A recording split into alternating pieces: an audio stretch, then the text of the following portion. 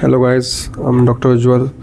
I'm consultant physician in various hospital. I make videos on lifestyle, travel, health to make everyone life better.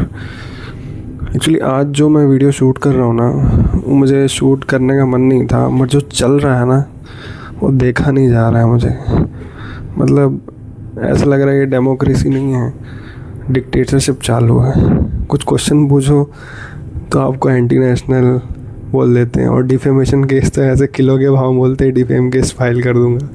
इतने videos देख रहा हूँ ना मैं, मतलब इतना में अपने अभी जो सीजेपी का प्रोटेस्ट चल रहा है अगेंस्ट पेपर लीक, आपने तो काफ़ी डिटेल्स देख ही लिए होंगे उसके बारे में, बट अभी तक कोई सॉलिड रिस्पॉन्स आया नहीं है गवर्नमेंट की तरफ से। इतना क्या बड़ा मांग लिया है कि पेपर लीक, यार ये तो जेन्युइन चीज़ मांग रहे हैं ना कि भाई पेपर लीक ना हो, कोई अकाउंटेबिलिटी हो। तो कुछ बड़ा चीज़ तो मांग नहीं लिया है कि भाई ये दे दो वो दे दो। मतलब ये तो बहुत बेसिक चीज़ है यार, जो डिज़र्विंग कैंडिडेट है उसको उसका सीट मिले।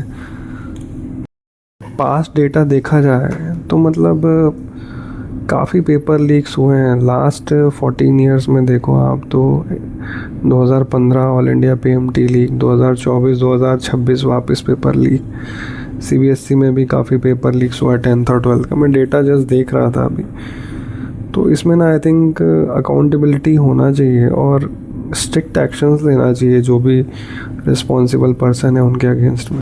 इसलिए जो अभिजीत दीपके सर और सोनम वांगचुक जी जो लड़ रहे हैं, तो उनको ना हमें सपोर्ट करना चाहिए।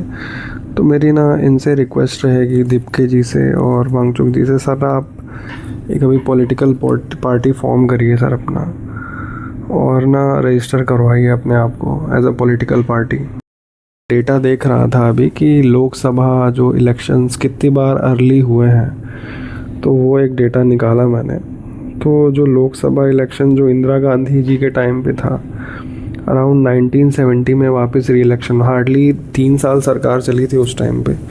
उसके बाद मोरारजी देसाई सर की सरकार भी हार्डली 2-3 साल चली थी और वापस री इलेक्शन हुआ। तो ऐसे कई सारे एग्जांपल्स हैं, 1970, 1979, 80, 1989, 91, मतलब ये 5 ईयर्स टर्म कंप्लीट ही नहीं हुआ है। तो क्या हम लोग जो इंडिया की इतनी सारी पॉपुलेशन है, हम लोग अगर ट्राई करें तो ये आई थिंक गवर्नमेंट चेंज करने का टाइम है अभी। अपनी वोट पावर यूज़ करके हम लोग कुछ तो सॉलिड किया जा सकता है। एक जो कॉमन इंसान होता है जो ऑलमोस्ट ज़ीरो से स्टार्ट करता है अपना मतलब लाइफ, और जो अपना इनकम है उसको कितना क्वालिफ़िकेशंस अर्न करना पड़ता है। पहले ग्रेजुएशन करो, पोस्ट ग्रेजुएशन करो, उसके बाद एडिशनल क्वालिफ़िकेशंस लो, उसके बाद अप्लाई करो, उसके बाद वेरियस राउंड्स ऑफ इंटरव्यू होते, तब जाके एक बेसिक 50 से 80 हज़ार का नौकरी लगता है, ठीक है। और ये जो इतनी बड़ी बड़ी पोस्ट पे पॉलिटिशियंस बैठे हैं जिनका पूरा देश चलता है उनके एक डिसीज़न से, मोस्ट ऑफ द लोग के पास ना मैंने देखा है आर्ट्स का डिग्री रहता है, आर्ट्स बैचलर। मतलब हम लोगों को ना थोड़ा अपना जो नेता है वो सोच समझ के चुनना पड़ेगा। आई नो ये लोग पीपल से बहुत इजीली कनेक्ट होते हैं इसलिए, और जो उनकी परसुएजिंग पावर होती है बहुत ही ज़बरदस्त होती है, इसलिए मोस्ट ऑफ द लोग इनके बहकावे में आके इनको वोट दे देते हैं। बट अभी ये सबसे ऊपर उठ के ना अपने को ये देखना पड़ेगा कि अपने लिए काम कौन करेगा अच्छे से, ग्राउंड लेवल पे रिज़ल्ट कौन ला के देगा, उसको हमें इलेक्ट करना है।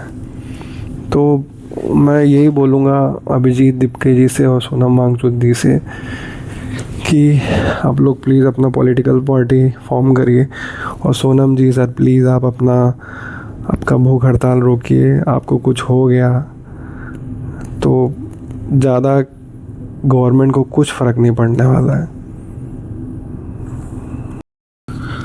दूसरा जो मेन टॉपिक चल रहा है वो है E20 पेट्रोल। अभी भी 2 व्हीलर ड्राइव करता हूँ। मैं लास्ट 2-3 ईयर से सोच रहा था कि 4 व्हीलर एक परचेज़ करूँ, बट जिस हिसाब से सिचुएशन चल रही है ना, मुझे लग नहीं रहा कि मैं कुछ परचेज़ करने वाला हूँ।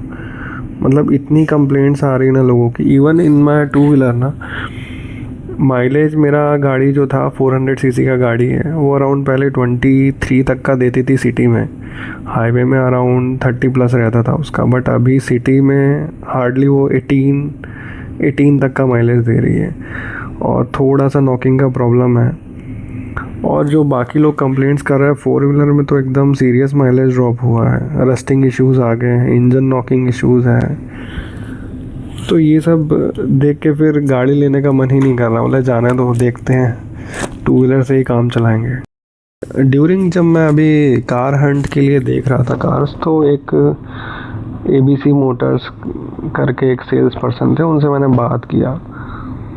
तो उन्होंने बोला सर, हम कंपनी को जो गाड़ी कॉस्ट पड़ती है अराउंड, एक SUV की बात कर रहा हूँ, जस्ट फॉर एग्जांपल के तौर पे दे रहा हूँ आपको, एक SUV की जो कॉस्ट होती है अराउंड 4 मीटर के ऊपर, जो गाड़ी की बात कर रहा हूँ मैं, 12.85 लाख होती है। उसमें ना 40% GST लगता है उनको, तो 4 से 5 लाख रुपए यहाँ हो जाते हैं। उसके बाद रोड टैक्स 2 से 2.5 लाख, उसके ऊपर TDS। तो ये गाड़ी ना कॉस्ट करती है अराउंड 21 से 22 लाख। गाड़ी की कॉस्ट कितनी थी? 12.85 लैक्स, जो कंपनी ने बना के भेजी। टोटल अपने को कितनी मिल रही है इन हैंड? 21 से 22 लाख। और उसमें भी ये लोग E20 पेट्रोल दे रहे हैं, उस पर भी टैक्स दे रहे हैं, रोड टैक्स भी ले रहे हैं। और रोड्स की कंडीशंस आपको पता ही है। अभी मैं पुणे में रहता हूँ, तो यहाँ के रोड्स इतने कुछ खास हैं नहीं। फाइनली मैंने डिसाइड किया, भाई रहने दो कार वार, देखेंगे बाद में। इलेक्ट्रिक व्हीकल का सोचा है, बट इतना इंफ्रास्ट्रक्चर ही नहीं है। और अगर मुझे गलती से लॉन्ग ड्राइव के लिए कहीं जाना है, तो इतना कौन हेडेक लेके चलेगा कि चार्जिंग स्टेशन मिलेगा नहीं मिलेगा। मतलब मैं ट्रिप करूँगा तो मैं इंजॉय करने के लिए जाऊँगा ना। आधे टाइम तो मेरे दिमाग में रहेगा कि साला चार्जिंग स्टेशन मिलेगा कि नहीं। इसलिए भाई रहने देते हैं अभी कार वार का, देखेंगे जो होगा आगे जाके। तो एट लास्ट मैं सारे एलिजिबल वोटर्स जो भी हैं अपने देश के, उनको ये बोलना है मुझे कि भाई सोच समझ के अपना वोट दो। जस्ट कुछ पैसों के लिए, कुछ मतलब जैसे पॉलिटिकल पार्टीज देती हैं गिफ्ट, तो वो सब के चक्कर में मत आओ। जो ग्राउंड लेवल पे काम करके अपने को दे रहा है, उस पे अपने को वोट देना है। कास्ट के बेसिस पे नहीं देना है, धर्म के बेसिस पे नहीं देना है। लास्ट ये मैं वीडियो एक सुभाष चंद्र बोस जी की एक कविता की पंक्ति आपके साथ शेयर करना चाहूँगा। वह खून का हो किस मतलब का जिसमें उबाल का नाम नहीं, वह खून का हो किस मतलब का आ सके देश के काम नहीं, वह खून का हो किस मतलब का जिसमें जीवन न रवानी है, जो परवश होकर बहता है वह खून नहीं वो पानी है। सो डिसाइड गाइस, क्या करना है।